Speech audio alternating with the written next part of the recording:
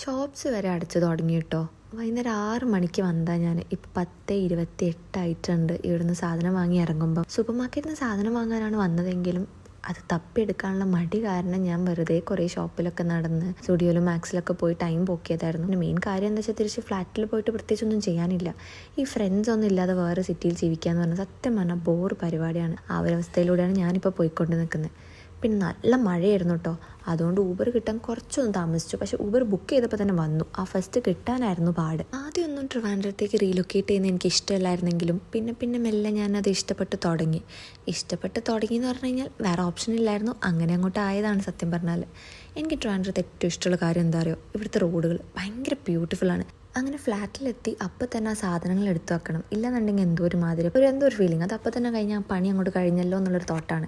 അപ്പം ഞാൻ അപ്പം തന്നെ ഡ്രസ്സ് പോലും മാറ്റാതെ സാധനങ്ങളൊക്കെ എടുത്തു വെക്കാൻ പോയി. വാങ്ങിയ സാധനങ്ങളെല്ലാം തന്നെ ഇങ്ങനെ പരത്തി വെക്കണം. എന്നിട്ട് ഓരോന്നും അതാത് സ്ഥലത്തേക്ക് എടുത്തു വെക്കണം. ആദ്യം തന്നെ ഫ്രിഡ്ജിലേക്കുള്ളതാട്ടോ എടുത്തു വെക്കുക.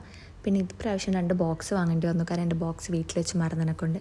ചിക്കൻ മാരിനേറ്റ് ചെയ്ത് വെരി ഫസ്റ്റ് ടൈമാണ് ഞാൻ വാങ്ങുന്നത്. ഇതുവരെ അങ്ങനെ ലുലുന്ന് ചിക്കൻ മാരിനേറ്റ് ചെയ്ത് വാങ്ങിയിട്ടില്ല. പിന്നെ പനീർ, ബട്ടർ, തൈര്, അങ്ങനെ കുറച്ച് സാധനങ്ങളെല്ലാം ഫ്രിഡ്ജിലേക്കുള്ള എടുത്തു വെച്ചു. പിന്നെ കോഴിമുട്ട എടുത്തു വെച്ചു. കോഴിമുട്ട ഫ്രിഡ്ജിൻ്റെ അകത്തല്ല പുറത്ത് വെക്കുക. കാരണം ഒത്തിരി ആൾക്കാർ സാധനങ്ങൾ വെക്കാനുള്ളതുകൊണ്ട് അത്ര സ്പേസ് ഒന്നും ഉണ്ടാവില്ല. പിന്നെ ഈ സാധനം ഇതൊന്ന് വാഷ് ചെയ്യേണ്ടി വന്നു. കാരണം വെച്ചാൽ ഇത് വാങ്ങിയതിന് ശേഷം അന്ന് ഫസ്റ്റ് ടൈം വാഷ് ചെയ്ത് ഫ്രിഡ്ജിൽ വെച്ചതല്ലാതെ പിന്നീട് അത് കഴുകിയിട്ടില്ല. അത്രയൊന്നും ചളി ആയിട്ടുണ്ടായിരുന്നില്ല. പക്ഷേ ഇപ്പം എന്തായാലും അത് കഴുകേണ്ട ഒരു ആവശ്യകത എനിക്ക് തോന്നി. അപ്പം ഞാൻ പിന്നെ വേഗം തന്നെ എല്ലാ പാത്രങ്ങളും അതിൻ്റെ ഒരു 4 സെറ്റാണ് ഞാൻ യൂസ് ചെയ്യുന്നത്. 4 കഴുകി ഉണക്കാൻ വേണ്ടിയിട്ട് ടേബിളിൻ്റെ മുകളിൽ എടുത്ത് വെച്ചു.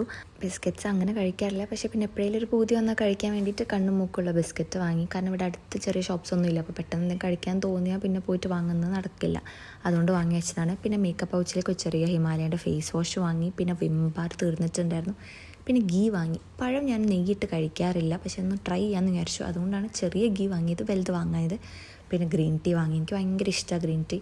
പക്ഷേ മെലിയും എന്നുള്ളൊരു കാരണം കൊണ്ട് അധികം കഴിക്കാറില്ല. പിന്നെ കടലയാണ് വാങ്ങിയത് എനിക്ക് ലെമൺ റൈസ് ഉണ്ടാക്കാൻ വേണ്ടി. അതിനുശേഷം റൂമിൽ പോയിട്ട് എൻ്റെ പലഹാരപാത്രം എടുത്തുകൊണ്ട് വന്നു. കാരണം ഇതിൻ്റെ അകത്താണ് ഞാൻ എൻ്റെ പലഹാരങ്ങളൊക്കെ ഇട്ട് വെക്കാറ്. ഈ ഡ്രൈ ഫ്രൂട്ട്സും പിന്നെ ഈ ബിസ്ക്കറ്റും ഒക്കെ ഇതിൻ്റെ അകത്താണ് വെക്കാറ്. ഇത് എന്നിട്ട് റൂമിൽ കൊണ്ടുപോയിട്ട് വയ്ക്കും. ചോറ് വെക്കാനുള്ള അരി പിന്നെ ലെമൺ റൈസ് വെക്കാനുള്ള അരി, ഇത് രണ്ടുമാണ് വാങ്ങിയത്. പിന്നെ ഈ സ്റ്റോറേജ് ബോക്സ് ഒക്കെ കഴുകാൻ വെച്ചതുകൊണ്ട് ഞാൻ എന്ത് ചെയ്തു വെച്ചാൽ ആപ്പിൾ ഇട്ട് വന്ന കവറുണ്ടല്ലോ, അതിലെല്ലാ ഫ്രൂട്ട്സും വെജിറ്റബിൾസും എടുത്ത് വെക്കാമെന്ന് വെച്ചു. എന്നിട്ട് നാളെ ആ പാത്രങ്ങൾ ഉണങ്ങിയിട്ട് അതിലേക്ക് വെക്കാം. പിന്നെ വാങ്ങിയത് അവക്കാഡോ, കദളിപ്പഴം, തക്കാളി. കദളിപ്പഴം ഞാൻ ആദ്യമായിട്ടൊന്ന് കഴിക്കാൻ വേണ്ടി ജസ്റ്റ് ഒന്ന് വാങ്ങിയതായിരുന്നു. പിന്നെ നേന്ത്രപ്പഴം വാങ്ങി. നേന്ത്രപ്പഴം പിന്നെ അതേപോലെ പുറത്തെടുത്ത് വെച്ചു. ക്യാരറ്റ്, ലെമണ്, പച്ചമുളക്, ഇഞ്ചി, ആ ഒരു ബോക്സ് മാത്രം ഞാൻ വേഗം കഴുകിയിട്ട് ഉണക്കിയിട്ട് അതിൻ്റെ അകത്തേക്ക് എടുത്ത് വെച്ചു കേട്ടോ. കറിവേപ്പില ഞാനിങ്ങനെ ടിഷ്യൂലാക്കിയിട്ട് ബോക്സിലാണ് വെക്കാറ്. പിന്നെ ഉണ്ടായത് ബ്ലൂബെറി ഞാൻ ചൂടുവെള്ളത്തിൽ കഴുകി